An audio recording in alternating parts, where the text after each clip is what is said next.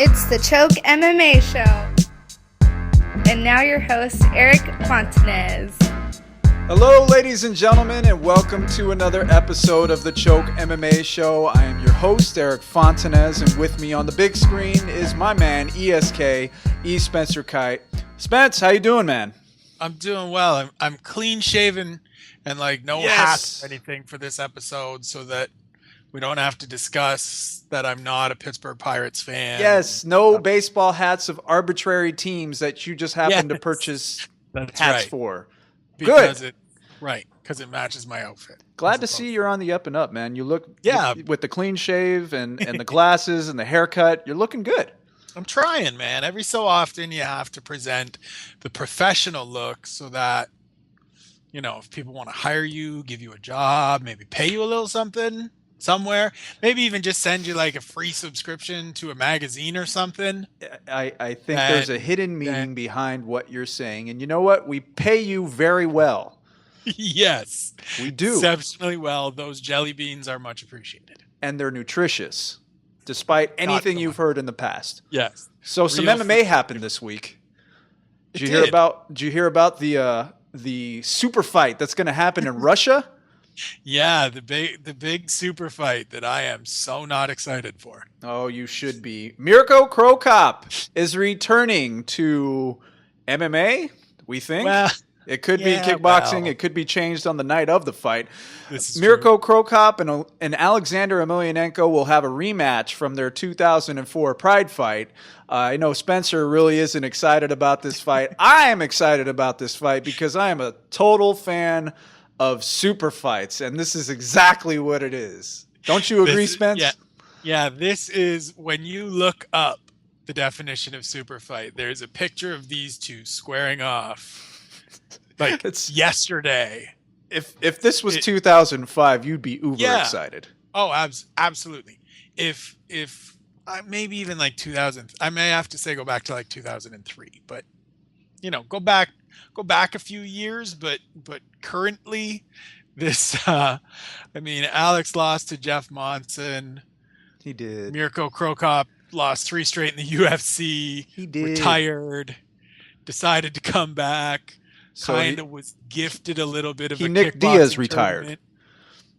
See, but Nick still hasn't come back, and Nick seems to be happy. All reports are that Nick is quite comfortable just hanging out, running War MMA, doing some triathlons, living life in Stockton, running the school in Lodi. You know there's a life to be lived when you're in Stockton, don't you think? I just assume that it's wild stories all the time. I heard it's cow country. I've only been there once before, and I think I was 12 years old when I experienced it, and I don't remember a lot of it other than being on a houseboat. So nice. There's houseboats. There's houseboats. Yeah, houseboats. Yeah. Which is better than fighting Alex Emelianenko in 2013. Hey, man, did you see Alexander Emelianenko in his last fight? He looked like he was in pretty good shape. Not saying he's on anything artificial, but he looked like he was in pretty good physical shape. What do you think?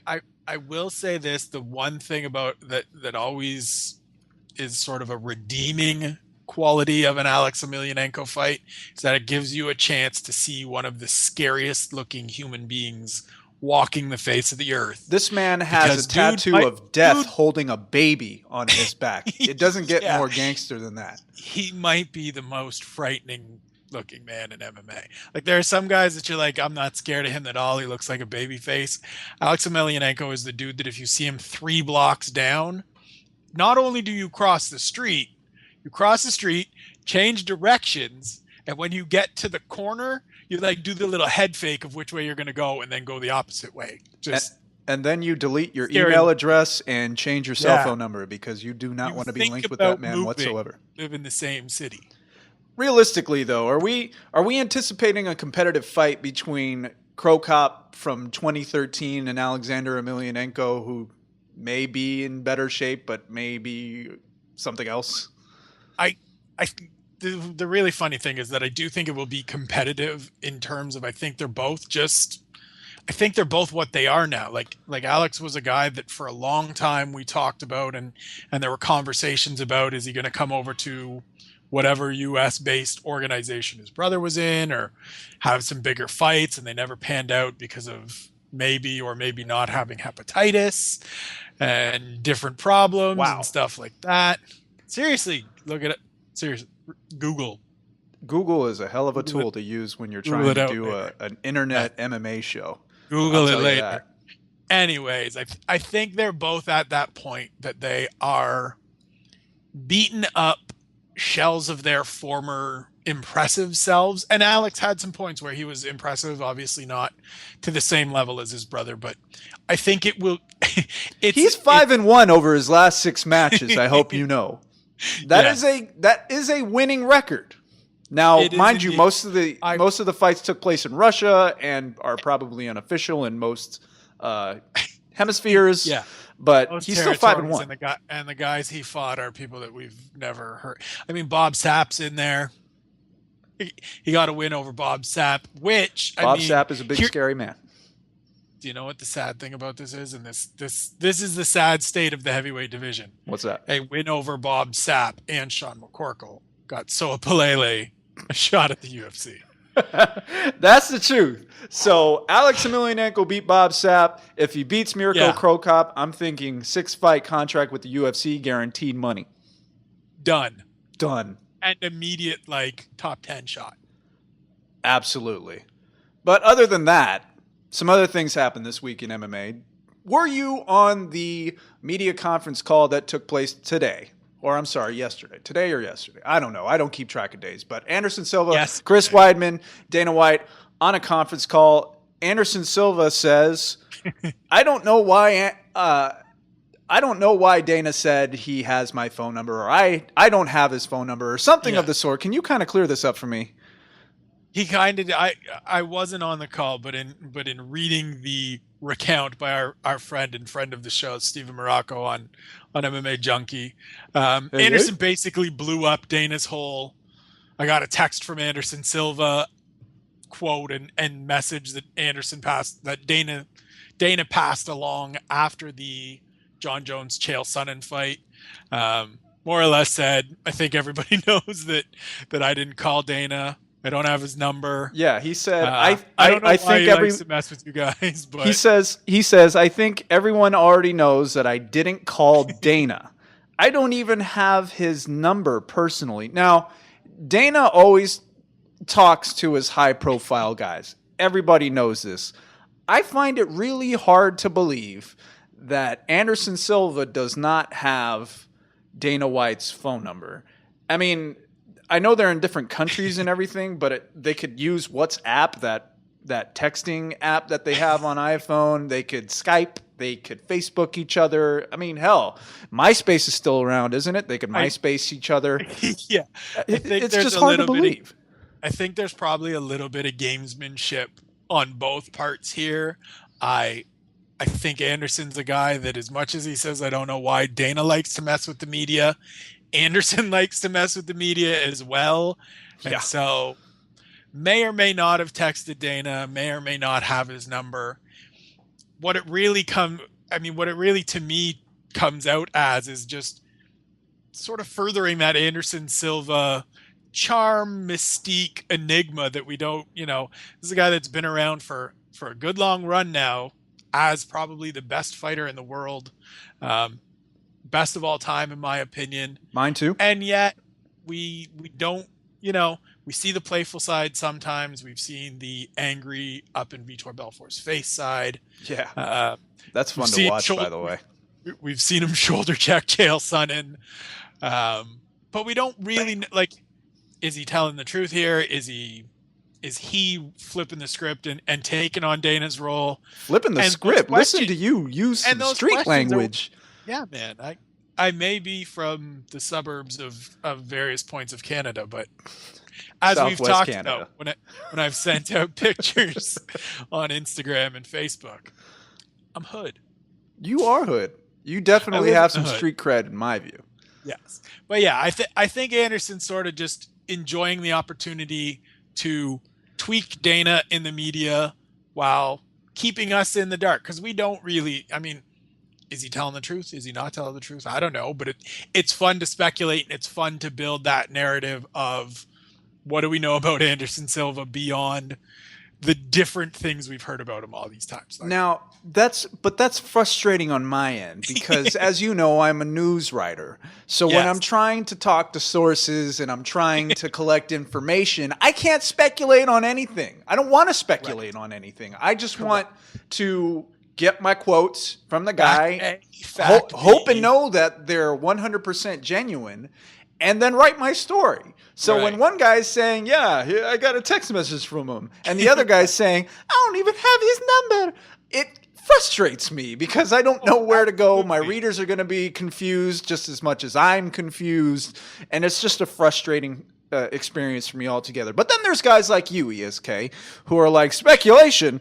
Hell yeah! There's another column for me to write, and you go on your way and you write your story or your your column or your blog or whatever you want to do, and you have content.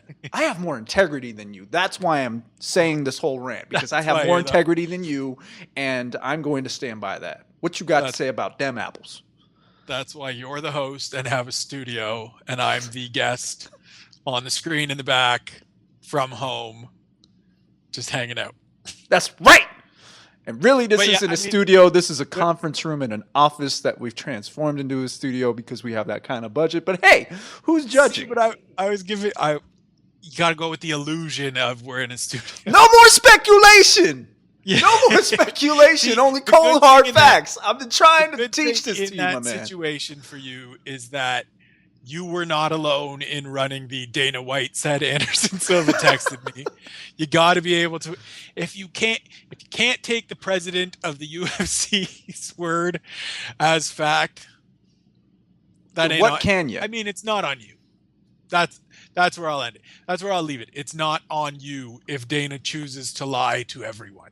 Or I should say, I won't use the word lie. I will use the words misrepresent the truth. You would make such a great publicist because you spin it so well. It might have to be a second career. May have to be a future calling, maybe. Not that old yet. There could be time for me to fail at this and move on to something else. Speaking of moving on to more important things. Yes. Miesha Tate. Soon to be naked women. Is going to be on ESPN's Body Issue. She is. Just like someone we've seen recently, her best friend in the world, Ronda Rousey. And I remember when Ronda was on the cover, Miesha had some things to say about the situation, and I think I can read part of it for you. Well, it started with Ronda saying something about. It was right after Ariane was in Playboy, and Ronda had said something about the ring card girls being in Playboy, or actually, it was right after Brittany, I think, because they've both been one of the two. Ronda had said something. UFC ring girl was in Playboy. Bam. UFC ring girl was in Playboy showing her bits, and Ronda said something about that. Her bits, yes. That's a great way of saying it. Yeah. Well, what Miesha said, and I'll quote her. For an athlete, there's no reason to have to get nude, although I think there's nothing wrong with ESPN. So you're criticizing right there in that quote and then going ahead and getting nude on the same exact magazine that you opened up the criticism Ronda, for. You shouldn't be talking about these girls getting naked and criticizing them for getting naked. And I think she said, like, when you're 1% less nude, which is probably like if you did the mathematics of what Brittany and Ariane had on in their various pictorials and the hand wraps that Ronda had on, probably about the correct percentage. And then here you are a year later, Yeah. It's okay for me. And the funniest part about that and the announcement that she's going to be in the Body Issue just sort of makes it even more shake your head, is that part of what got Miesha Tate recognized and got her some opportunities, or maybe higher profile opportunities earlier in her career, were some here's me in booty short pictures, and here's me. I remember the Fight magazine photo shoot. I believe it was with our mutual friend, Mr. Paul Thatcher. Mr. Thatcher. Just you can't criticize people for stuff you've done in the past and then go out and do it yourself. Like, exactly. And I just I come think. on. But the most Just important coast, thing Misha. here. Just coast. The most important thing here is, however, that MMA fans of Misha Tate are going to get to see her, and as you said, showing off her bits and doing her thing. Yeah. An ESPN's body issue. So good for her. I don't think her bits will actually be displayed. I think I took bits as just showing portions of the body. What were you saying when you said bits? I was meaning like actual bits, like. Now keep in mind this is a family show. Rhonda specified because nothing ever bad or that's why I'm 18 plus happens on the internet. Right. I hope you know. So you have to keep it nice and clean. Yes, 100%. 100%. Rhonda had specified, and if you remember watching or seeing sort of the All Access lead up to one of Rhonda's fights, she talked about there's certain things I don't want shown, and that was what she talked about in differentiating what she was doing for the body issue versus what Ariane and Brittany had done in Playboy, where you saw all the elements of the female anatomy, let's say. In all you didn't see its that with gracious the body issue. beauty. Never do. Yes. And so we're not, the body issue isn't, it is, I think they use the term tasteful nudity as opposed to, throwing up air quotes, as opposed to just full blown, here's my naked body. Whatever. But the bottom line of all of this is that there are going to be a whole ton of people, a whole ton of fanboys that are absolutely stoked and blowing up the internet looking for these pictures and looking for like behind the scenes pictures where like things slipped out and caught in frame and just, it's crazy. Yeah. If you've ever been to an event, Google search is going to blow up. Yeah. If you've ever been to an event where Misha Tate is present, be it cornering her boyfriend or just being in Seattle because she lives in Tacoma and it's a Seattle show. Yeah. People crowd around this woman like mad and take all kinds of pictures, sometimes even when she's not facing them. So evidently she is very photogenic, and she will be again in ESPN The Body Issue no matter what she says about her BFF Ronda Rousey. But in other news, we have a special guest segment today.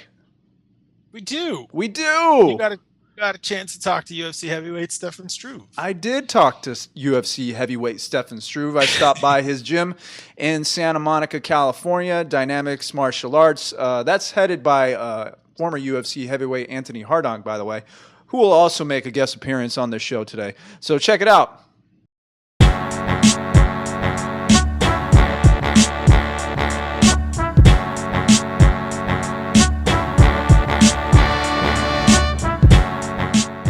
UFC heavyweight Stefan Struve is on the comeback trail after suffering a devastating loss to Mark Hunt at UFC on Fuel TV 8 last March. The recovery's been rough, Struve says, and the injury is like nothing he's ever dealt with before. Here he goes into detail about the comeback. In the 10 years that I've been doing this sport, I've never had an injury like this. This is the biggest injury I had by far. I always take really good care of my body, so it's been weird, especially the first 6 weeks. There's not a lot you can do, right? The jaw is still hurting, and you cannot really run because it hurts, and lifting weights and all that. It's not there. So I gained a little bit of weight, and after that, I really had to push hard to get back in shape again. But I'm starting to feel good now. I think I'm at 50 or 60% of what I'm normally at. So still, a pretty long road to go, but I'm going to be there if I pull really hard, I'm going to be there in a month or so. The knockout punch by Hunt, Struve says, is one that he feels put him down but not out of the fight. Additionally, the skyscraper reveals that there were other factors behind his loss. But I wasn't out of it. I experienced the entire fight. The thing that was wrong was that about 6 weeks before the fight, I got a pretty heavy flu that stuck around for about 3 weeks, and it went down, but it didn't go away completely, and it also prevented me from really working my conditioning. So pretty much after the first round, I had to hold myself up against the fence in the break to, just get back to, get some energy back. And yeah, it was just basically like fighting with one arm. So it was, trying to hold on for dear life. To sharpen his skill set while recovering, Struve is visiting former UFC heavyweight and current MMA coach Antoni Hardonk. With both being from Holland, the two come from similar backgrounds. Hardonk says this allows him to share unique advice with someone he calls his little brother. 1, 2. I guess I'm more like a bigger brother. I come from a similar background, like Stefan already pointed out. I competed in the UFC, and coming from Holland, living over here, so I walked the same path. But I think since I'm older and been around a little bit longer, I can maybe give him, some advice, and as a big brother. And then also what I like, I think that sometimes in his training, I think there's certain elements that sometimes they forget. That maybe they don't put as much focus on, but that I think are really important. So when he comes over here, I try to help him with that. I try to add something to the training that maybe he doesn't get all year round.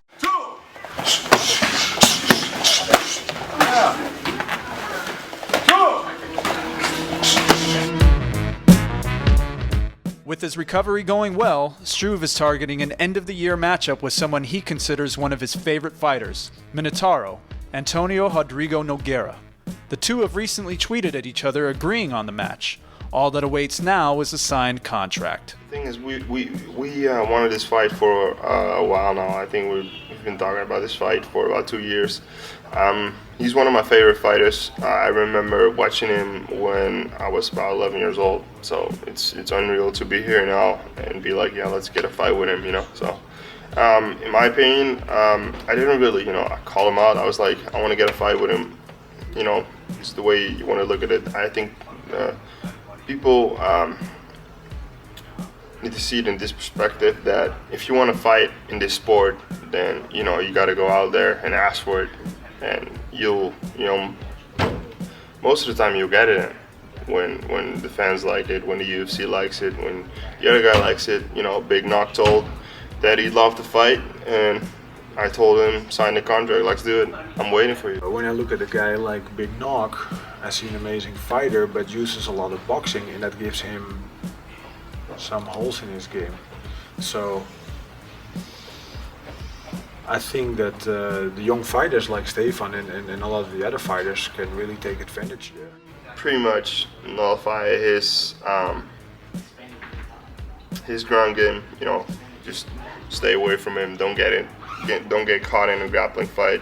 Stay away from his submissions, and I think that if I do that, then I got a really good shot at winning the fight. It's good to be back in training. Good to get back in there. And there you have it, ladies and gentlemen. Stefan Struve and Antoni Hardonk breaking down Stefan's recovery from that horrible injury of a broken jaw that he suffered at the hands of Mark Hunt. Man, that knockout's going to be remembered for a long time. And his willingness to fight Big Nog Antonio Rodrigo Nogueira. Now, we're halfway through the year, and as you see on a million MMA blogs around the internet, they have half-year awards. And Mr. Kite is no different. He has the 2013 Halfsies. That's an excellent name for some awards, and we're going to adopt it here on the Choke MMA show and talk about who wins the award for Knockout of the Year, Submission of the Year, Fight of the Year, and Fighter of the Year. So let's break it down. Number 1, Knockout of the Year goes to ESK. I gave it to Vitor Belfort for his two-piece, as I called it. His two-piece. Vitor Belfort, knockout of the year. Explain yourself. His two-piece. Vitor collected a pair of knockout wins, as everybody will remember, so far in the first half of this year. First getting Michael Bisping in January in Brazil, following it up with a knockout win over Luke Rockhold, again in Brazil, back in May. As much as there have been some other impressive singular performances, Antonio Bigfoot Silva, Mark Hunt's knockout, as you mentioned. Yes. Vanderlei Silva's knockout of Brian Stann and finish of Brian Stann. I think when you knock off a pair of top 10 contenders, you get the award. Absolutely. I agree with this one. Vitor Belfort for knockout of the year, as you say, 2 for 1, but I'm always going to remember that spinning back kick that nobody saw coming, including Luke Rockhold. You know what? I don't even think Vitor saw it coming. His body just kind of moved, and he just went with it. Next thing you know, he was catching Luke Rockhold right in the chin. Rockhold was falling down, and he was getting knocked out. So kudos to Vitor for knockout of the year. Next award is submission of the year. The nominees, we'll skip. We'll just go straight to the winner. ESK, the winner is... the winner for me was Kenny Robertson, and this was a little bit of a tough one. There are some different ones that I've liked this year. I really need more enthusiasm from you. You should say Kenny Robertson. The winner is Kenny Robertson for his kickstand, as he calls it. Kickstand submission. That weird little leg knee bar hamstring stretch that he pulled off on Brock Jardine. I always sort of go to, if we haven't seen it before, then it counts. If it's brand new and it makes everybody go, what is that? You got to give it an award. You have to give it something. There have been some other submissions that I enjoyed. I loved Uriah Faber's transition against Ivan Menjivar. That's one that sticks out to me, but this was new and unique. It wasn't a kickstand. No, definitely wasn't a kickstand. I think you're right in saying that you should give it to somebody who does something that nobody's really seen before. It may exist, but nobody's really seen before. I remember that when the calf slicer first made its appearance in the UFC. I went to Twitter when I saw that happen, and everybody was calling it something different, and they were saying like some sort of inverted Achilles heel hold. And next thing you know, the calf slicer was made famous in MMA. So kudos to Kenny Robertson. Kenny Robertson, as you should have said it, for his submission of the year. Next goes to Fight of the Year. The Fight of the Year winner is who? Dennis Bermudez and Matt Grice. And then lacking enthusiasm again. What do you want? I'm not going to shout, man. If I shout, my dog's going to go all crazy and be like, what are you shouting about? At least somebody's going crazy. You should be going crazy. We don't need an appearance for my dog on every show. It'd be nice to get through a show where my dog gets just keep napping. We need guests. Snoring behind me. Well, we had Stefan Struve and a little bit of Antoni Hardonk. We did. Dennis Bermudez and Matt Grice. They're back and forth at UFC 157.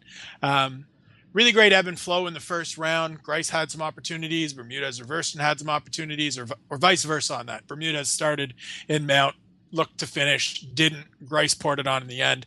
Third round, I still don't know how Matt Grice remained standing.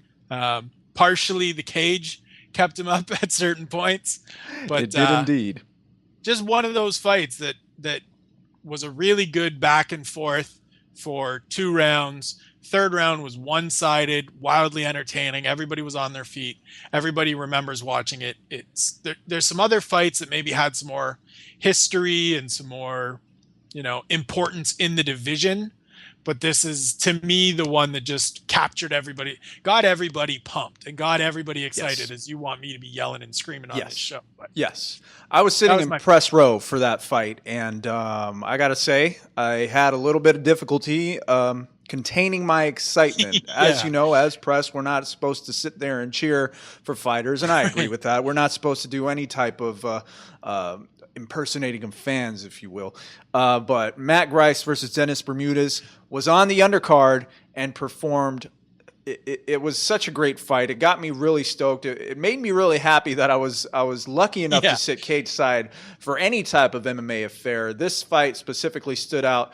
But the last award goes to Fighter of the Year, earning his second award today is who?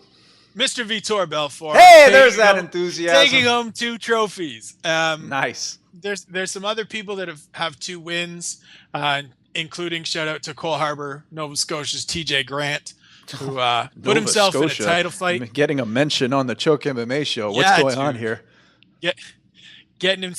Earning himself a title shot later this year with his 2 wins over Matt Wyman, and then following up with a great performance against Gray Maynard. But again, Vitor Belfort, 2 top 10 finishes in the first 5 months of the year against guys that, were a win or 2 away from being in title contention. I think he's put himself back in that conversation, depending on how things shake out next week. Really impressive so far. And I know there's all the different stuff that people bring up and TRT. Those little asterisks is that we have to acknowledge at some point, but at the end of the day, the performance was still there. The victories are still there. Yes. And it's hard to diminish what he's done and sort of pick anybody to be fighter of the year, in my opinion, over the guy that beat a pair of top 10 contenders. And here's another thing such impressive fashion. Here's the other thing that I think is very deserving of fighter of the year: 2 head kick knockouts. 2 head kick knockouts. You haven't seen that since Mirko Cro Cop, who we mentioned earlier on the show, in 2005. You just don't see this kind of thing anymore. And like you said, there's the other thing about TRT and if that's helping him out. Head kicks are fun to watch. And the more I see of that, the more votes you'll get from guys like me who will say you are the fighter of the year. And that is the first half of the year, the 2013 Halfsies Awards. I like the list you put together, ESK, and that's going to close out our show for today. Good show, my man. Thanks. By the way, since you didn't plug where it is, you can let everybody know that the full, complete list of the Halfsies, including some other stuff that we didn't get to, we didn't have time to get to, you can check it out on foxsports.com/UFC. So that's where you can put it. Shameless self-promotion, ESK. I'd expect nothing less from you. 100%. 100%. That's your new tagline, man. That's your motto. 100%. And this show is now 100% done. I'm your host, Erik Fontanez, for E. Spencer Kite. Thanks for tuning in, and we'll see you next week on the Choke MMA Show. Peace.